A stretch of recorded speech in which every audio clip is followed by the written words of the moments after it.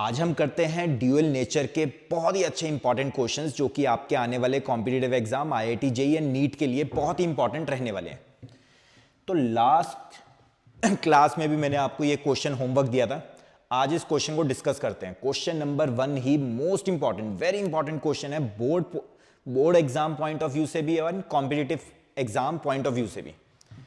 चलिए question number 1, if lambda naught is the de Broglie wavelength for a proton accelerated through a potential difference of 100 volt, the de Broglie wavelength for a alpha particle accelerated through the same potential difference। तो de Broglie ने कहा था wavelength का formula होता है h upon mv, एक formula, या h upon √2m kinetic energy second formula, या फिर h upon √2m charge into potential third formula. तो पोटेंशियल डिफरेंस का फॉर्मूला है तो ये वाला फॉर्मूला यूज हो रहा है। तो प्रोटॉन के लिए वेवलेंथ दी हुई है lambda naught, h upon √2 times of mass of proton, charge on one proton is, है ना, charge on proton is charge on electron. Magnitude of charge on proton और चार्ज ऑफ इलेक्ट्रॉन क्या होता है, सेम होता है, दोनों का मैग्नीट्यूड सेम होता है, 1.6 into 10⁻⁻19 coulomb, and this is potential. तो इक्वेशन नंबर 1। अब हमें निकालना है अल्फा पार्टिकल के लिए। अल्फा पार्टिकल क्या होता है, हीलियम का न्यूक्लियस को अल्फा पार्टिकल कहते हैं। चार्ज ऑन अल्फा पार्टिकल कितना होता है, 2 times of charge on electron, and mass of alpha particle कितना होता है, मास ऑफ अल्फा पार्टिकल होता है 4 times of mass of proton. ये हम चैप्टर 1 से पढ़ते आ रहे हैं। अल्फा पार्टिकल के बारे में ये आपको पता होना चाहिए कि अल्फा पे चार्ज कितना होता है 2e का, मास ऑफ अल्फा पार्टिकल कितना होता है 4 times of mass of proton. तो अब हमें क्या बोला गया है, फिर से डी ब्रॉगली वेवलेंथ ही निकालनी है हमें। अल्फा पार्टिकल के लिए कितनी होगी, h upon √2 times of mass of alpha particle is 4 times of mass of proton into charge on alpha particle is 2 times of charge on one electron into stopping potential. Stopping potential हमें, है ना, same potential difference अभी भी दिया हुआ है। ठीक है जी। तो एक्सेलरेटिंग पोटेंशियल कितना दिया हुआ है हमें, v दिया हुआ है, पहले वाले केस में भी और बाद वाले केस में भी। हमें निकालना क्या है, D Broglie wavelength for alpha particle. Alpha particle के लिए डी ब्रॉगली वेवलेंथ ये हमें निकालना है।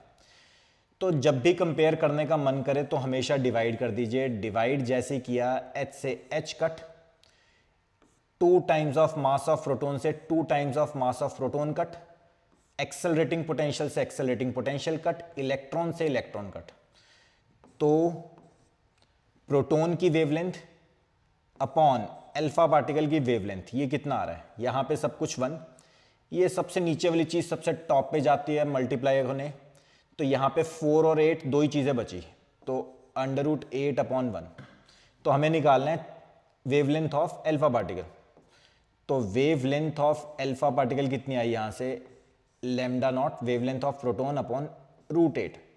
√8 सबको पता है 2√2 होता है ना। √8 को क्या लिख सकते हो आप, √8 को आप लिख सकते हो 2 इंटू 2 इंटू 2, यानी कि 2 बाहर आया तो 2√2। तो wavelength of alpha particle is wavelength of proton upon 2√2। तो इस क्वेश्चन का फाइनल आंसर कितना आया, वेवलेंथ ऑफ प्रोटॉन ओवर 2√2। कोई ऑप्शन है, हाँ जी है, बिल्कुल है, option C is the right answer. तो इस क्वेश्चन का आंसर था ऑप्शन सी। बहुत अच्छा क्वेश्चन था, क्वेश्चन नंबर 1, बड़ा फेमस क्वेश्चन है क्वेश्चन नंबर 1। नेक्स्ट आज का करते हैं हम क्वेश्चन नंबर 2। अगेन बहुत इंपॉर्टेंट क्वेश्चन है क्वेश्चन नंबर 2 भी। Photo electric emission is observe from a metallic surface for frequencies this and this of the incident light. तो 2 फोटोन आए, पहले फोटोन की जो एनर्जी है या फ्रीक्वेंसी कह लो वो है h इंटू फ्रीक्वेंसी 1। बाद में जब फोटो इलेक्ट्रिक इफेक्ट हो रहा है वो हो रहा है सेकंड फ्रीक्वेंसी 2 से। ये सेकंड फोटोन आया इस एनर्जी के साथ, ये फर्स्ट फोटोन आया इस एनर्जी के साथ, पहले वाले की फ्रीक्वेंसी ज्यादा है सेकंड वाले से। If maximum values of kinetic energy for the photoelectric effect in the 2 cases are in the ratio 1:2, तो ये कोई वर्क फंक्शन होगा। देन द थ्रेशोल्ड फ्रीक्वेंसी हमें निकालनी है। तो ये कोई वर्क फंक्शन होगा h इंटू फ्रीक्वेंसी नॉट, तो ये फ्रीक्वेंसी नॉट ही हमें निकालना है। ये वाला जब फोटोन आ रहा है, फोटो इलेक्ट्रिक इफेक्ट कर रहा है, तो काइनेटिक एनर्जी कुछ है, लेट्स से काइनेटिक एनर्जी 1। तो सेकंड फोटोन जब आएगा, सेकंड फोटोन मान लेते हैं ये आया, इलेक्ट्रॉन को निकाल के ले गया, तो अब काइनेटिक एनर्जी बची K2। दोनों बार मेटल सेम है, तो यानी कि दोनों की थ्रेशोल्ड फंक्शन या वर्क फंक्शन कह लो या थ्रेशोल्ड फ्रीक्वेंसी कह लो, वो दोनों केसेस में सेम है। तो फोटो इलेक्ट्रिक इफेक्ट अगर मैं फर्स्ट टाइम लगाता हूं तो वो क्या होगा, इस एनर्जी से फोटोन आया माइनस ये एनर्जी निकल गई थ्रेशोल्ड एनर्जी में, जो बची वो बची kinetic energy 1, equation number 1। Second के लिए अगर लगाते हैं तो फोटोन की एनर्जी इतनी थी, थ्रेशोल्ड एनर्जी वही सेम है, काइनेटिक एनर्जी अब बची ये। सेकंड केस में हमें क्या गिवन है, हमें काइनेटिक एनर्जी की रेशोज गिवन है ना, maximum values of kinetic energy are in the ratio 1:n। तो मैंने इसको पकड़ के डिवाइड कर दिया, दोनों को डिवाइड करा, काइनेटिक एनर्जी की रेशोज दे रखी है आपको 1:n। ठीक, दोनों में से h कॉमन लेके कट कर दिया, तो ये बचा frequency 1 minus threshold frequency upon second frequency minus threshold frequency. अब हमें थ्रेशोल्ड फ्रीक्वेंसी यहां से निकालना है, चलिए क्रॉस मल्टीप्लाई करते हैं, n into frequency 1 minus n into threshold frequency, cross multiply किया, second frequency minus threshold frequency, तो n इंटू फ्रीक्वेंसी 1 शफलिंग करी, तो ये सब थ्रेशोल्ड फ्रीक्वेंसी वाली टर्म एक तरफ चली गई और कुछ इस तरह से आ गया। थ्रेशोल्ड फ्रीक्वेंसी हमने कॉमन लिया तो ये आ गया n into frequency 1 minus frequency 2। लो जी, फाइनल आंसर आ गया। थ्रेशोल्ड फ्रीक्वेंसी हमें निकालना था, n into frequency 1 minus frequency 2 upon n minus 1। देखिए कोई ऑप्शन है तो वही आंसर है, n इंटू फ्रीक्वेंसी 1 माइनस, हाँ जी option B, option B is the right answer. Check करिए, इस क्वेश्चन का आंसर है ऑप्शन बी। बहुत अच्छा क्वेश्चन था, क्वेश्चन नंबर 2। नेक्स्ट करते हैं जी आज का question number 3। Again very important question, question number 3। A particle of mass m at rest, तो एक पार्टिकल है m मास का, ये अभी रेस्ट में है, तो इसकी इनिशियल वेलोसिटी कितनी है, 0 है। डिकेज इनटू 2 पार्टिकल्स, अपने आप रखा रखा डिके कर गया 2 पार्टिकल्स में जिनका मास m1 एंड m2 है, और इनकी कुछ कुछ वेलोसिटीज भी हैं, m1 m2 की कुछ कुछ वेलोसिटी भी हैं, वो हमें पता है। अगर रखे रखे कभी भी ये डिके करेगा या ब्लास्ट करेगा तो 2 पीसेस हमेशा ऐसे जाते हैं, ऐसे, एक अगर उस डायरेक्शन में गया तो दूसरा इस डायरेक्शन में जाएगा ही जाएगा, अगर हमने बाहर से इसके ऊपर कोई फोर्स नहीं लगाया है।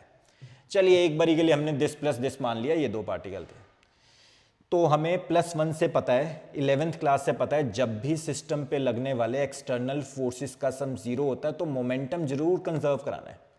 Initial momentum is equal to final momentum, momentum conservation लगेगी ही लगेगी। जब जब बाहर से कोई फोर्स नहीं लगा तो मोमेंटम कंजर्व रहेगा। इनिशियल मोमेंटम कितना है, मास इंटू वेलोसिटी, ये रेस्ट में रखा हुआ है। फाइनल मोमेंटम कितना है, mass into velocity plus mass into velocity, तो 0 is equal to m1v1 plus m2v2। यहां से इसको इधर लेके जाते हैं तो m1v1 फर्स्ट पार्टिकल का mass is equal to second particle का माइनस ऑफ मोमेंटम, यानी कि फर्स्ट पार्टिकल का momentum is equal to second particle का मोमेंटम, है ना। माइनस साइन बस यही बता रहा है, मैग्नीट्यूड वाइज ये दोनों बराबर है, अगर हमने ऊपर वेक्टर लगाना है तो ये माइनस, और मैग्नीट्यूड वाइज देखें तो मैग्नीट्यूड वाइज ये दोनों मोमेंटम सेम है। चलिए क्वेश्चन देखते हैं, क्वेश्चन क्या कह रहे हैं। तो कहते हैं 2 पार्टिकल में ऐसे ऐसे डिके हो गया, the ratio of the de Broglie wavelength of the particles, इन दोनों पार्टिकल्स, जब ये पार्टिकल बहुत तेजी से चलेंगे तो एक वेव की तरह एग्जिबिट करेंगे, तो अगर ये वेव की तरह बिहेव कर रहे हैं तो इनकी वेवलेंथ भी होगी। डी ब्रॉगली वेवलेंथ कहता था lambda is equal to h upon momentum of first particle, and second के लिए, सेकंड का भी डी ब्रॉगली वेवलेंथ निकालनी है, h upon momentum of second particle.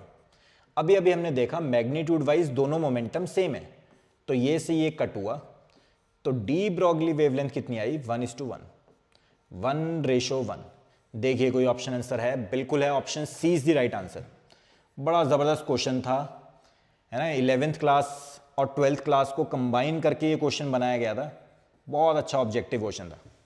चलिए नेक्स्ट करते हैं आज का क्वेश्चन नंबर 4। पहले आपको खुद से ट्राई करना है, फिर ही ये वीडियो आगे प्रोसीड करना है। The work function of a substance is 4 electron volt. तो कोई सब्सटेंस है जिसका जो वर्क फंक्शन है ना, वर्क फंक्शन जो है वो है 4 इलेक्ट्रॉन वोल्ट। तो work function is 4 electron volt, इतनी एनर्जी चाहिए यहां से अगर इलेक्ट्रॉन को इजेक्ट करना चाहते हो। The longest wavelength of light that can cause photo electric emission for this substance is approximately. तो यहां से जो सब्सटेंस आएगा उसकी एनर्जी क्या होती है, h इंटू फ्रीक्वेंसी भी होती है ना, h इंटू फ्रीक्वेंसी भी कह सकते हो या hc/λ भी कह सकते हो। तो ये लॉन्गेस्ट निकालना है हमें, लार्जेस्ट वेवलेंथ क्या होनी चाहिए। ये लार्जेस्ट मतलब ये लार्जेस्ट, लॉन्गेस्ट मतलब ये स्मॉलेस्ट। ये स्मॉलेस्ट कितनी होनी चाहिए, तो जस्ट फोटो इलेक्ट्रिक इफेक्ट हो जाए, जस्ट भी हो जाए तब भी चलेगा, मतलब एमिटेड इलेक्ट्रॉन की काइनेटिक एनर्जी जीरो भी रहेगी तो भी चलेगा। तो ये एनर्जी कम से कम इतनी तो होनी ही होनी चाहिए, वर्क फंक्शन जितनी तो होनी ही होनी चाहिए। तो बेसिकली हमें क्या निकालना है, लार्जेस्ट या लॉन्गेस्ट वेवलेंथ। लॉन्गेस्ट वेवलेंथ के लिए ये मिनिमम से मिनिमम कितनी होनी चाहिए, वर्क फंक्शन या उससे ज्यादा ही ज्यादा होनी चाहिए, तो मिनिमम इतनी भी चलेगी। तो बेसिकली ये क्वेश्चन इसी के ऊपर है कि भाई E is equal to hc/λ। तो E यहां पे मिनिमम से मिनिमम 4 इलेक्ट्रॉन वोल्ट तो होगा ही होगा।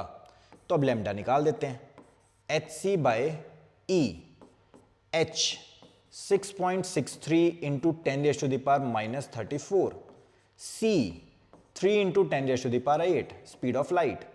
E एनर्जी इन जूल्स, ये जूल्स में होनी चाहिए, जूल्स में स्टैंडर्ड यूनिट क्या है, जूल्स है। तो एनर्जी क्या है जी, एनर्जी दे रखी है 4 इलेक्ट्रॉन वोल्ट। इलेक्ट्रॉन हमें पसंद नहीं है, अगर जूल में जाना चाहते हो तो इलेक्ट्रॉन से मल्टीप्लाई करना पड़ेगा। ये चीजें आपको सीखनी है, इलेक्ट्रॉन वोल्ट से जूल में जाने के लिए इलेक्ट्रॉन से मल्टीप्लाई कर दिया। अब इस वेवलेंथ को हमें निकालना है, तो मैंने क्या किया 6.63, थोड़ी अप्रॉक्सीमेशन भी यूज करेंगे कहीं ना कहीं। 6.63 into 3 upon 1.6 into 4 is 6.4 into 10⁻⁻, सारा इकट्ठा सॉल्व कर लेते हैं।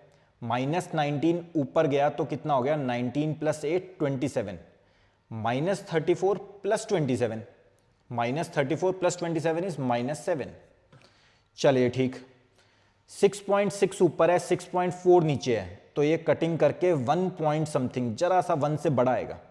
ये वाली चीज 1 से जस्ट बड़ी होगी, 1 से जस्ट बड़ी को 3 से मल्टीप्लाई करेंगे तो 3 से जस्ट बड़ा, 3 से जस्ट बड़ा अगर मैं देखूं, 3 से जस्ट बड़ा 310, तो मुझे लगता है इसको, इस पूरे को कटिंग करके कितना आने वाला है, 3 से जस्ट बड़ा मतलब 3.10।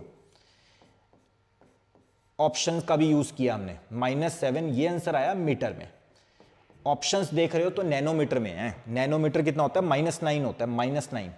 चलिए ठीक, तो इसको 2 डेसिमल से हम उधर ले गए, इस डेसिमल को हमने यहां से अगर बड़ा कर दिया, 3.10 को अगर मैं 310 लिखने वाला हूं, यहां से 2 प्लेसेस से बड़ा कर दिया, तो इसको 2 प्लेसेस से छोटा करना है, -7 को छोटा करना है, छोटा इज -9, 2 प्लेसेस से छोटा करना है। तो यहां अगर 2 प्लेसेस से बड़ा किया तो इसको 2 प्लेसेस से छोटा करना है, तो 10⁻⁹, तो ये कितना आया मीटर। लास्ट स्टेप 310, 10⁻⁻9 मीटर को आप क्या लिख सकते हो, नैनोमीटर। तो 310 नैनोमीटर। देखिए कोई ऑप्शन है, बिल्कुल है, ऑप्शन सी। इस क्वेश्चन का आंसर क्या आया, ऑप्शन सी। बहुत अच्छा क्वेश्चन था, क्वेश्चन नंबर 4। थोड़ी अप्रॉक्सीमेशन भी हमने यूज की। चलिए नेक्स्ट करते हैं आज का क्वेश्चन नंबर 5। आज का last question, question number 5। When a centimetre thick surface, तो 1 सेंटीमीटर थिक सरफेस है, तो कोई सरफेस है 1 सेंटीमीटर थिक, चलो ठीक है, is illuminated with light of wavelength lambda. तो यहां से लाइट आ रही है जिसकी वेवलेंथ है लैम्डा। द स्टॉपिंग पोटेंशियल, तो स्टॉपिंग पोटेंशियल काइनेटिक एनर्जी जो बनती थी, उस काइनेटिक एनर्जी को हम E times of stopping potential भी लिख लेते थे, वो स्टॉपिंग पोटेंशियल V दिया हुआ है। When the same surface, same surface मतलब कि वर्क फंक्शन सेम लेना है, तो वर्क फंक्शन जो अब है वही, when the same surface is illuminated by light of wavelength this. तो सेकंड केस में जो फोटोन आ रहा है उसकी वेवलेंथ कितनी है इस बार hc/2 लैम्डा, तो उसकी वेवलेंथ ये है सेकंड वाले में केस में। This stopping potential is v/3, तो स्टॉपिंग पोटेंशियल क्या होता है E times of stopping potential, stopping potential is v/3। ठीक, the threshold wavelength for the surface, तो सरफेस की थ्रेशोल्ड वेवलेंथ निकालनी है, वो फिक्स है hc/लैम्डा, है ना। लेट्स से hc/लैम्डा नॉट, hc/लैम्डा नॉट, तो हमें ये लैम्डा नॉट ही निकालना है कितना होगा। चलिए ठीक, तो फोटो इलेक्ट्रिक इक्वेशन लगाते हैं। तो एनर्जी हमने दी थी hc/लैम्डा फर्स्ट केस में, जो कहां कहां चली गई, एक तो चली गई थ्रेशोल्ड एनर्जी में, प्लस काइनेटिक एनर्जी कितनी बची E times of stopping potential, first case equation number 1। Second वाले केस में हमने एनर्जी कम कर दी, कैसे, वेवलेंथ बढ़ा के, hc/2 lambda is equal to threshold energy अभी भी उतनी है hc/लैम्डा naught, plus kinetic energy, kinetic energy क्या होता है E times of stopping potential, stopping potential कितना है v/3, इक्वेशन नंबर 2। अब इसको सॉल्व करके किसी तरह हमें लैम्डा नॉट निकालना है। चलिए मैंने क्या करा, इस पूरी इक्वेशन को पहले मैंने 3 से मल्टीप्लाई कर लिया, सेकेंड वाली इक्वेशन को 3 से मल्टीप्लाई कर लिया। जैसे मल्टीप्लाई करेंगे तो फर्स्ट इक्वेशन में से फिर माइनस कर देंगे, सेकेंड वाली इक्वेशन को मैं 3 से मल्टीप्लाई कर रहा हूं, तो ये बन गई 3hc/2 lambda is equal to 3hc/लैम्डा नॉट प्लस EV, ये बनी अब हमारी सेकेंड इक्वेशन या थर्ड कह लो। चलो तो अब इसमें से इसको माइनस करते हैं ताकि EV से EV कट हो जाएगा, तो equation number 3 minus equation number 2, equation number 3 थी 3hc/2 lambda is equal to 3hc/लैम्डा naught plus EV minus first equation is hc/लैम्डा इज इक्वल टू hc/लैम्डा नॉट प्लस EV। तो जैसे ही ये माइनस की, है ना, जैसे ही ये माइनस की तो ये से ये कट हो गया, 3/2 hc लैम्डा में से ये चला गया, तो हाफ hc/लैम्डा इज इक्वल टू अगेन 3hc/लैम्डा में से 1 hc/लैम्डा नॉट कट हो गया, तो क्या बचा 2 hc/लैम्डा नॉट, hc से hc कट हुआ, लैम्डा नॉट क्रॉस मल्टीप्लाई किया तो लैम्डा नॉट कितना आ गया 4 times of lambda, threshold wavelength कितनी आ गई 4 टाइम्स ऑफ लैम्डा। देखिए कोई ऑप्शन है, बिल्कुल है, option B is the right answer, check भी कर सकते हैं, option B is the right answer. बहुत अच्छे ड्यूअल नेचर के बहुत अच्छे 5 क्वेश्चंस आज हमने डिस्कस किए। नेक्स्ट क्लास के लिए आपका होमवर्क है क्वेश्चन नंबर 6, यहीं से नेक्स्ट क्लास हम स्टार्ट करेंगे। Till then thank you guys, thank you so much. Video अच्छी लगी लाइक जरूर करना है, अपने फ्रेंड्स के साथ शेयर जरूर करना है, चैनल को सब्सक्राइब करेंगे तो नेक्स्ट टाइम आपको नोटिफिकेशन मिलेगी और अच्छी अच्छी वीडियोस की। Thank you.